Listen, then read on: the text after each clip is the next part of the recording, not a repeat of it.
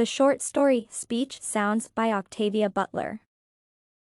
Creating short tales is a unique writing ability requiring high-level professionalism and attention to plot details, settings, and characters that must be briefly presented and developed. There are many poorly known authors whose works deserve recognition. At the end of the 20th century, Octavia Butler published her Hugo-awarded science fiction short story, Speech Sounds. It is about a mysterious disease that made many people speechless and deprived them of the possibility of communicating or exchanging information. It is hard to imagine modern people not talking to each other and not using their language. Thus, the analysis of the story in terms of its plot, setting, characters, and tone will help enhance a better understanding of the author's mood and intention. The alternative universe introduced in Speech Sounds shows Butler's success in developing a strong theme, using interesting characters within the same settings, and maintaining the same tone that provokes multiple emotions. The plot of A Speech Sounds attracts attention through a unique description of the alternative reality where the population cannot communicate. Ray, the protagonist, is no longer certain of the degree of her own impairment. It is hard to guess how long the characters have not been talking to each other that they have forgotten how their speech might sound. The difficulties of communication are evidenced by regular fights, wearing firearms for protection, and poor control of their activities. The offered theme reveals the worth of language in human life.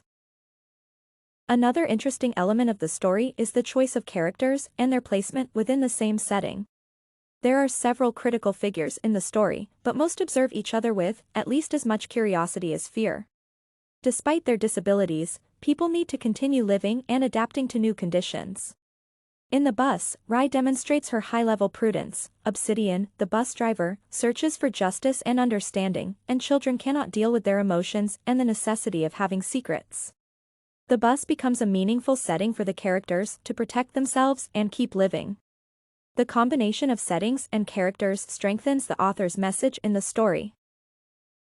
Finally, Butler's short story is remarkable in its primary sorrowful and depressive tone, ending with hope and faith in positive changes. The story ends with Rye offering the children help and support. It's all right for you to talk to me. For a certain period, people get used to living with the idea they cannot use their language because of some biological changes. The disease has made them unable to talk, read, and write. In endless depression and sorrow, the author rejects the inevitability of negative mood and adds the possibility of a better future. The story teaches that humans are strong and have enough skills and inborn qualities to resist the negative environment. In conclusion, Butler's Speech Sounds shows how language loss might affect interpersonal relationships and significantly decrease life quality.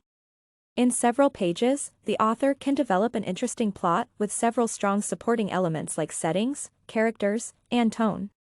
It is not always easy for a modern person to imagine a world without language. Creating such a utopia provides the reader with a chance to understand the worth of communication.